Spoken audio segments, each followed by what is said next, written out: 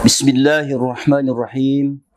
Ilahi anta maqsudi wa ridhaka matlubi. Assalamualaikum warahmatullahi wabarakatuh. Alhamdulillah wassalatu wassalamu ala Rasulillah wa ala alihi wa sahbihi wa mawalah. La haula wa la quwwata illa billah.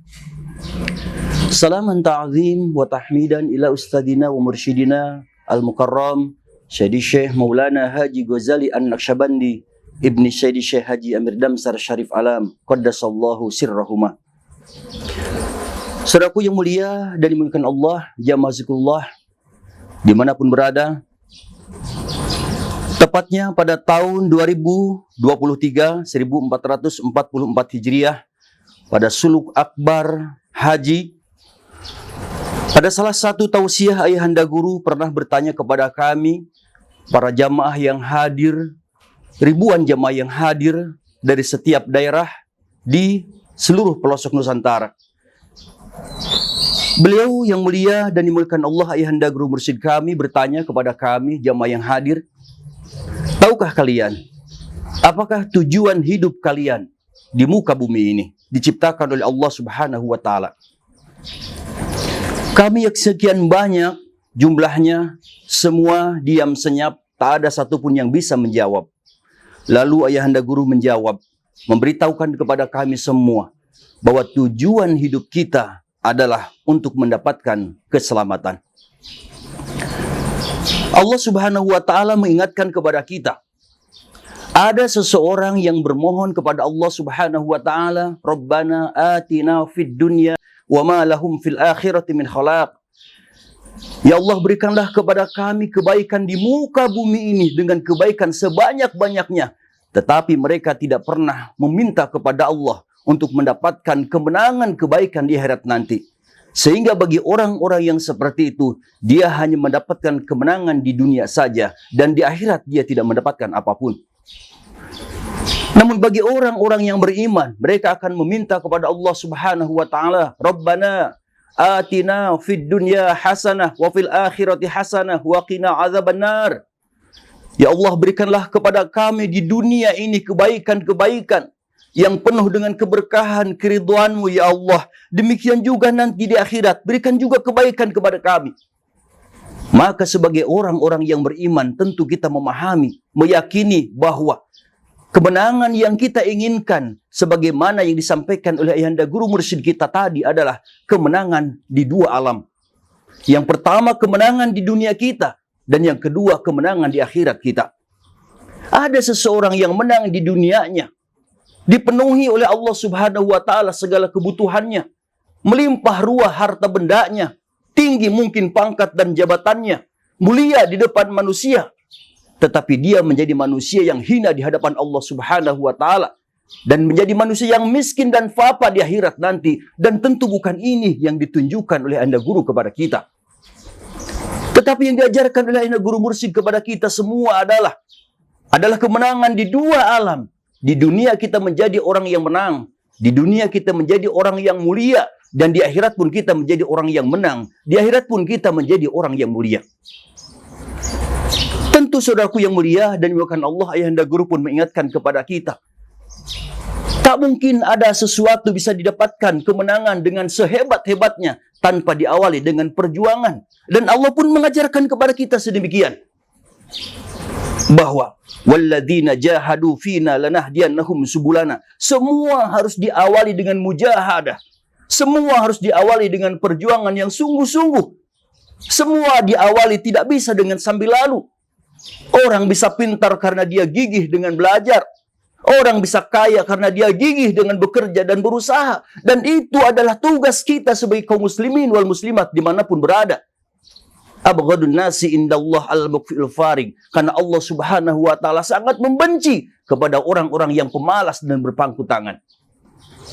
Innallaha la yughayyiru ma biqaumin hatta yughayyiru ma bi anfusihim.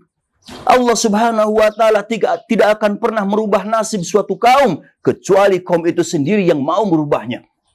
Artinya ada usaha kita, ada jerih payah kita untuk mencapai kemenangan itu tadi.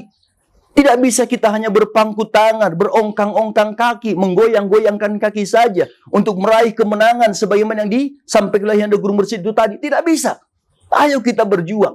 Kenapa kita mesti berjuang? Saudaraku yang mulia dan dimuliakan Allah.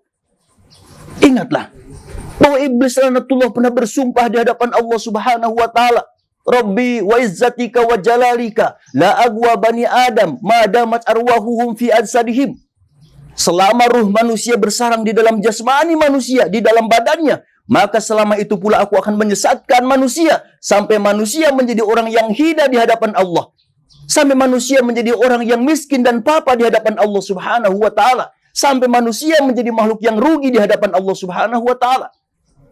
Begitu gigih dan hebatnya iblis mendatangi kepada kita supaya kita tidak menjadi manusia-manusia yang menang. Menang dunia dan menang akhiratnya.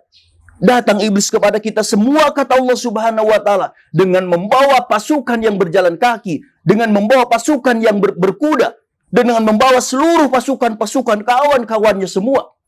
Yang tujuannya adalah jangan sampai manusia menjadi manusia yang selamat, menjadi manusia yang menang. Bukan hanya menang dunia saja, menang akhirat. Bahkan bisa jadi, silahkan manusia menang di dunianya, tapi jangan kalian manusia menjadi manusia yang menang di akhiratnya. Sementara yang diajarkan para ulama, guru mursyid, ayahanda guru kepada kita semua, jadilah kita sebagai manusia yang menang dunia dan akhiratnya. Oleh karena itu saudaraku yang mulia dan yang dimuliakan Allah, keimanan yang sudah Allah berikan kepada kita, ketauhidan yang sudah Allah tanamkan, hujamkan ke dalam qalbi kita, sewaktu kita di alam ruh dulu, sebagai tanda manusia yang menang di hadapan Allah Subhanahu wa taala, yang membedakan mulianya manusia dengan makhluk-makhluk yang lain. Karena Allah sudah memberikan modal kepada kita, tauhid yang sempurna, makrifat yang sempurna, iman yang padat dan mantap. Tidak ada dalam qalbi kita selain daripada Allah Subhanahu wa taala. Maka mengertilah kita, apa sebetulnya yang membuat manusia menjadi mulia di hadapan Allah? Apa yang membuat manusia menjadi menang di hadapan Allah Subhanahu wa taala? Karena satu rahasia yang Allah titipkan kepada kita.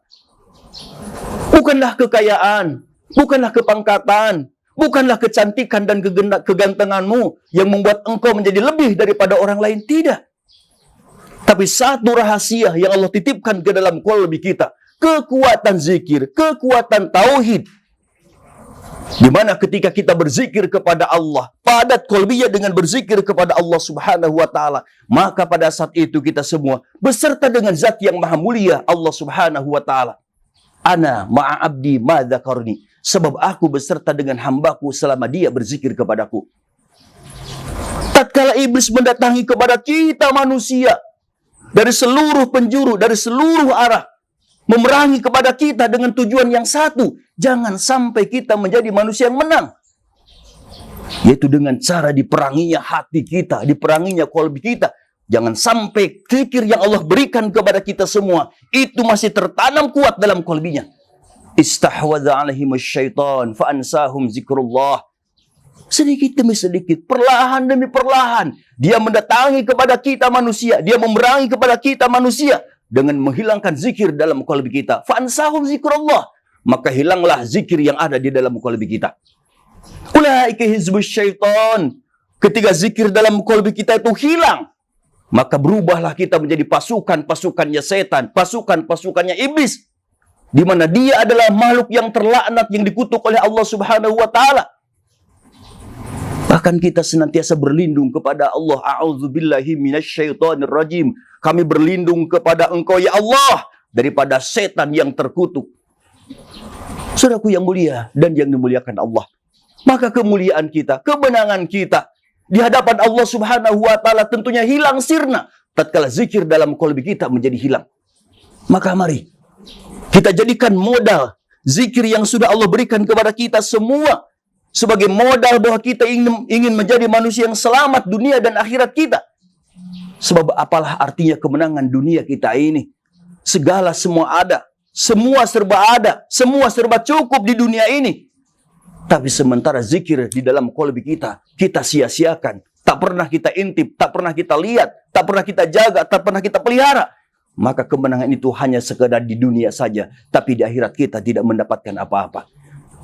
Maka sempurnalah kemenangan itu yang diinginkan oleh para nabi, oleh Rasulullah sallallahu alaihi wasallam kepada seluruh umatnya, yang diinginkan oleh para guru-guru kita semua, khususan yang diinginkan oleh guru mursyid kita kepada kita semua para jemaahnya.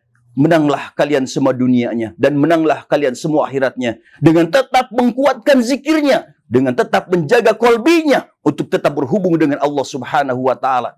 Karena itulah cara satu-satunya untuk mendapatkan kemenangan itu, yaitu menjaga kolbi daripada zikirnya. Karena siapa yang berzikir kepada Allah, maka dia senantiasa berhubung dengan zat yang maha menang, Allah Subhanahu wa taala.